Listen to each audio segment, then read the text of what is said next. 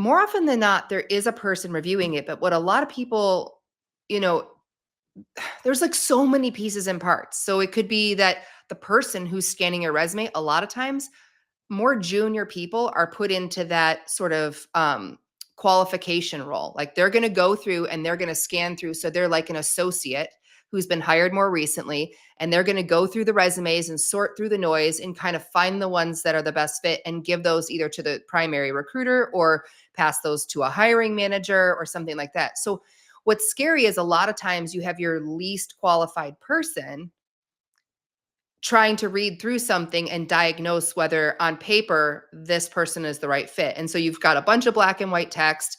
Maybe the person who wrote the resume did a, bad, good, great job of explaining themselves. You've got this person with unknown qualification reading the resume. Like there's so many variables happening right there in that like first handshake of information that it's so easy to just cruise through the applications because there's so many of them, and they don't feel human in a Mhm. sense, right? These are just documents. I'm just reading through documents. I don't know Brad. I don't know Nancy. I don't know Julia. Like I'm just reading it and going, is this person a fit? Is this person a fit? Is this person a fit? And so I think it does bring up the importance of like, what are you doing to advocate for yourself? A lot of people will say Mhm. network.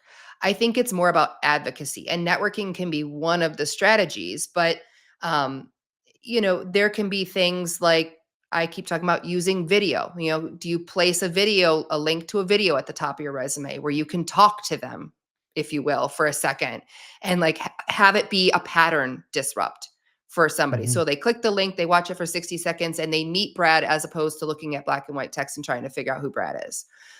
Yeah, going through people telling everybody getting referrals, stuff. There's so many ways. And I mean, that really is the way that so many people find jobs. Not everybody. Some people submit their jobs into a portal and they get called and Mhm. they go through the process and they get hired. Like that happens too. But I think when you're in the seat where you're actively looking, that advocacy plan is really important for what are all the things you're doing in addition to putting your resume into the pool to try to show up in an otherwise very crowded room.